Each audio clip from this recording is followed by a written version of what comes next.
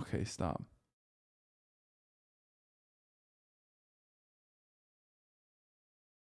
The only purpose of cops serve in New York City is to give tourists directions.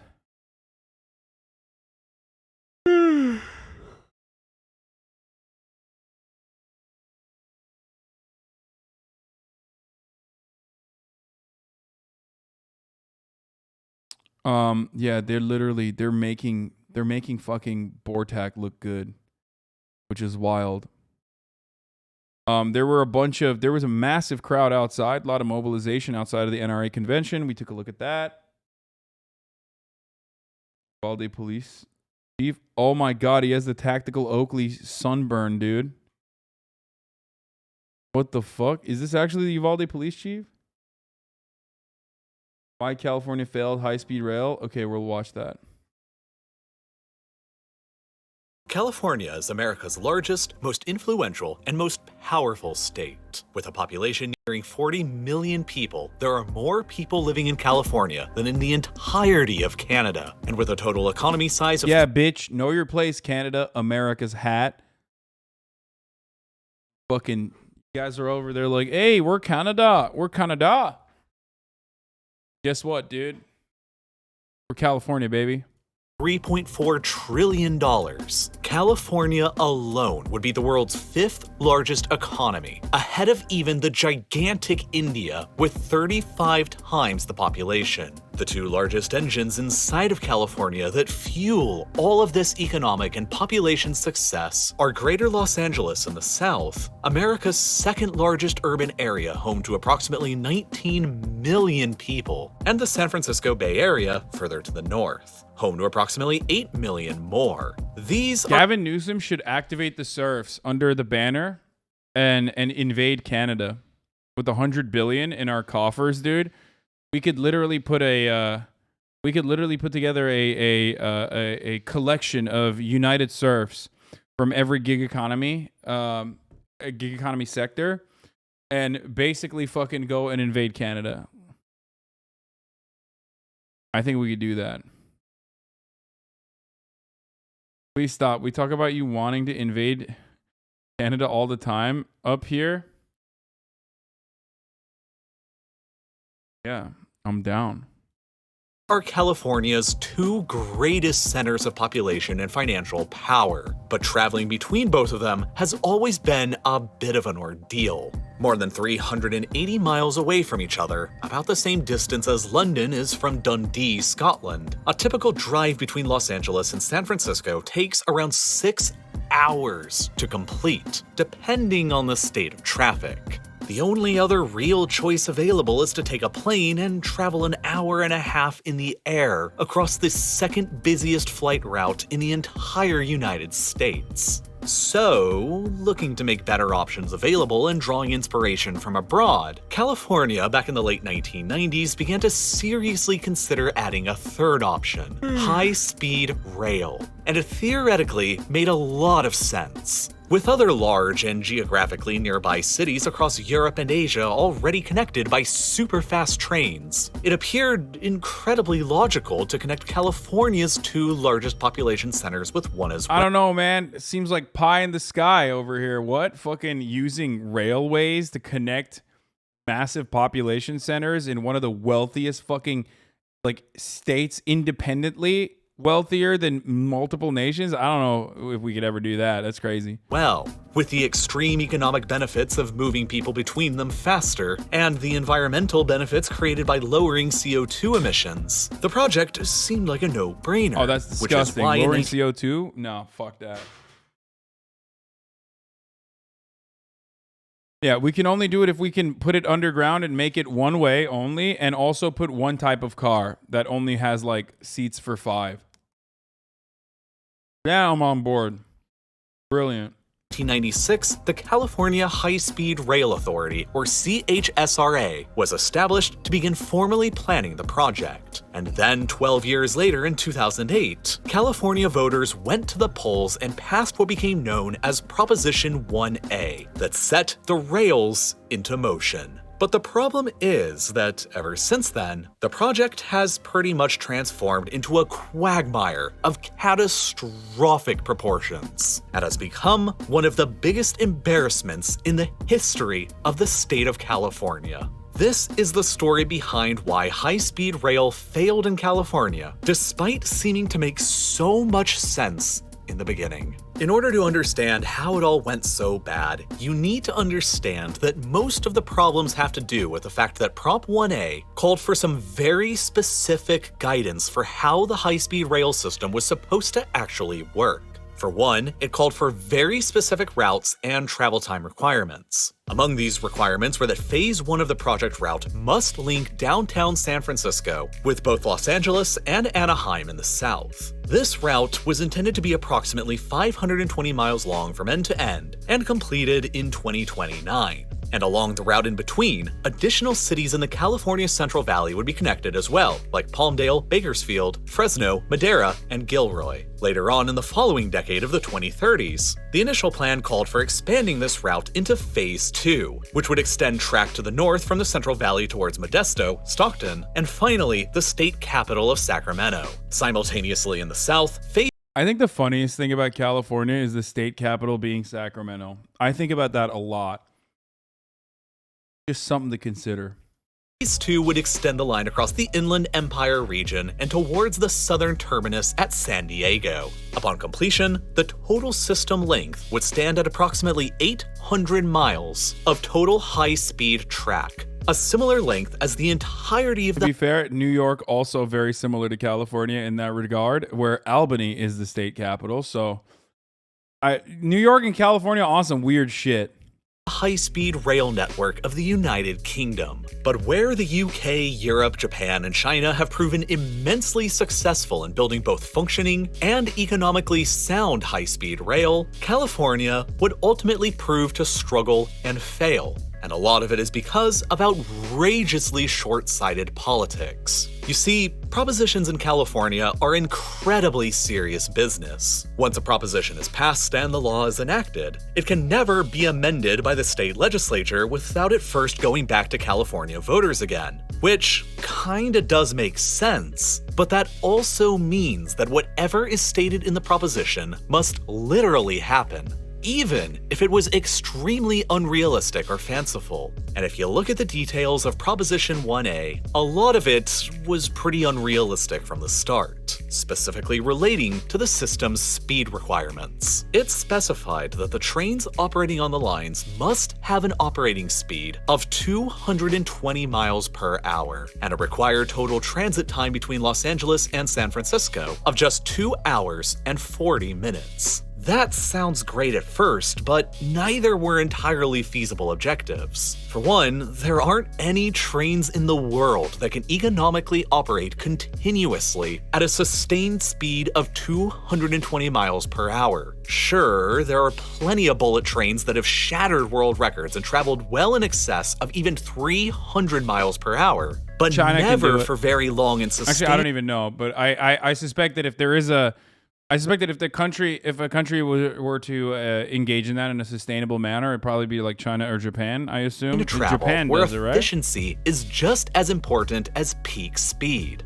For example, in China, some of their quickest trains once ran at 217 miles per hour, but were later reduced closer to 200 miles per hour due to the hugely increased costs of running them continuously at those faster speeds. That was a pre-watch moment brought to you by the Hasanabe broadcast. Meant that Prop 1A in its original form guaranteed that the California high-speed rail project would struggle to be economically competitive from the start. Moreover, the trains would also simply not be allowed to operate at these super fast speeds in locations where they would be sharing the tracks with slower commuter and freight trains, likely limiting their speed in such areas to under 150 miles an hour. Likewise, in urban environments and when passing through dense cities, they would likely be required to drop their speed to even less than 100 miles an hour. All told, these slower speeds that would be necessary all over the route's course would mean that the advertised 2-hour and 40-minute journey between Los Angeles and San Francisco was simply unrealistic. And it would be far more likely to be around 4 hours or longer, depending on the number of stops that would be built in along the way.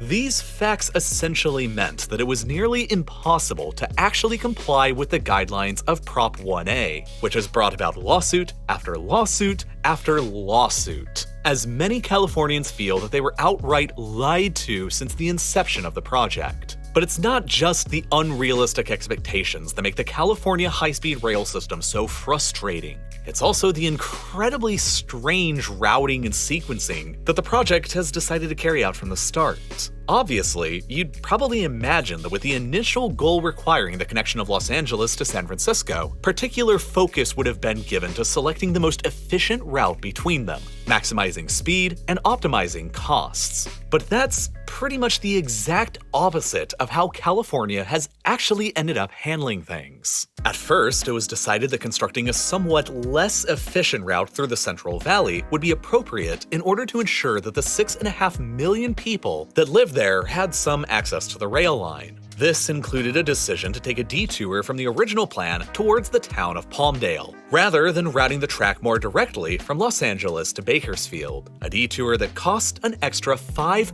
billion. Makes the total journey 12 minutes slower, and all for a town of only 150,000 people. Likewise, further to the north near San Francisco, it was decided— Wait, why?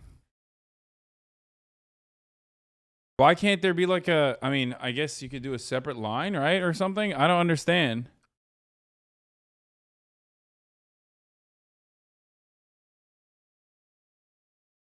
That would make the Central Valley boom? decided to serve San Jose on the new main line with completely new track, rather than utilizing the already built Bay Area Rapid Transit or BART system, something that was argued about relentlessly and will end up costing the project even more money, all the while making the overall trip time still longer. In the end, what was supposed to originally be quick and efficient transit from Los Angeles to San Francisco and vice versa turned into a whole bunch of political jockeying, with politicians securing small wins here and there and adding extra stops in their districts at the expense of the overall statewide project. But if you thought the poor decision-making would stop here, it's really only getting started. For you see, a massive project like this one really depends upon sequencing the project such that early stages could be used quickly, making direct impacts and prevent waiting decades on hugely expensive construction to finally pay off. For instance, the team could have decided that rather than laying a brand new track between Los Angeles and San Diego, an already fairly popular route, the already existing Amtrak track there could have just been simply upgraded. This would have cut the total trip time by 60 minutes and provided an immediate impact to commuters along this route. However, the California High-Speed Rail Authority decided to instead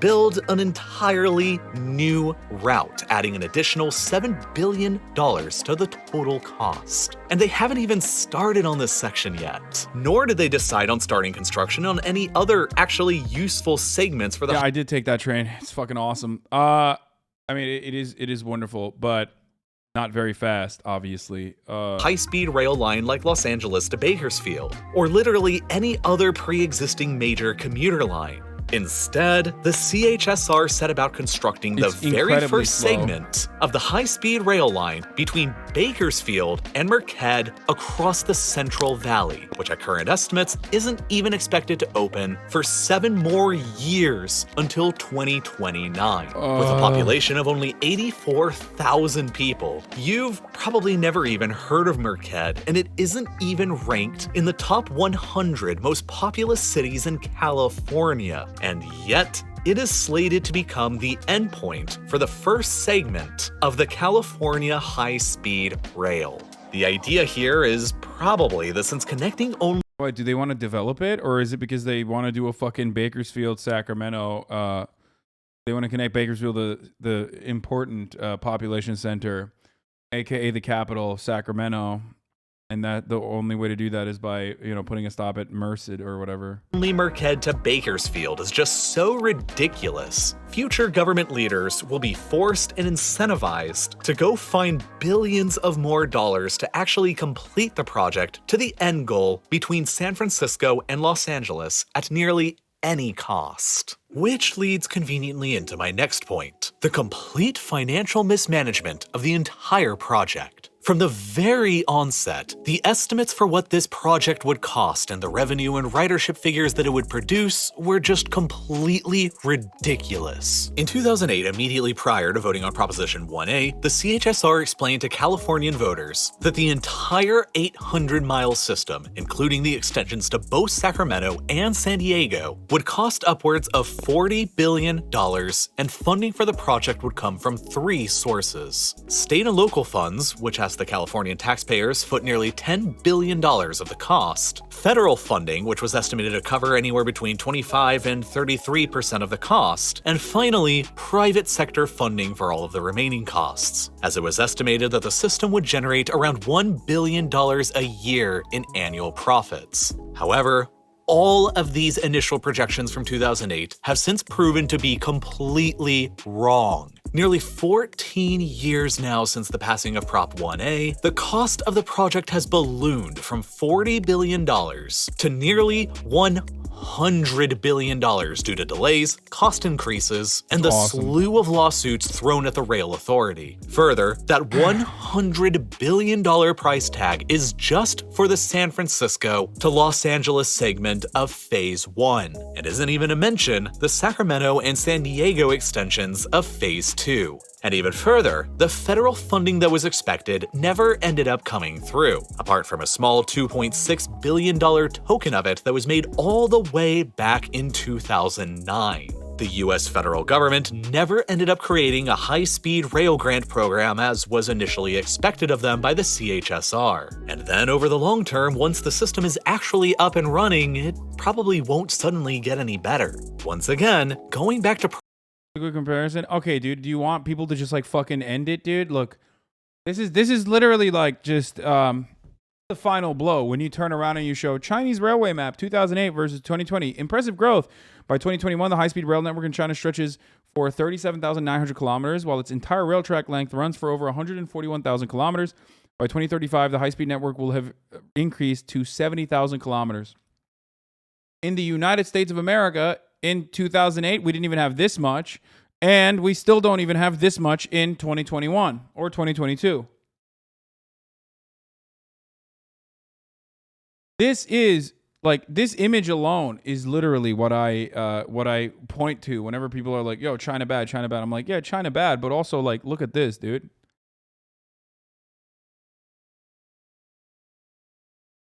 Like, Europe, the reason why we love Europe is because, like, at least they took all of their fucking, at least they took all of the fucking bloodshed and bountiful, or the bounties of colonialism and, like, still socially distributed it to some degree to its to offer amenities to its working class.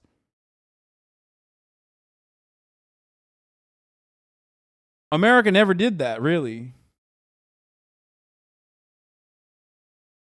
Pepela, oh no, Hassan. No, I mean, it's true. Social democracies in Europe, 100% did a better job at, like,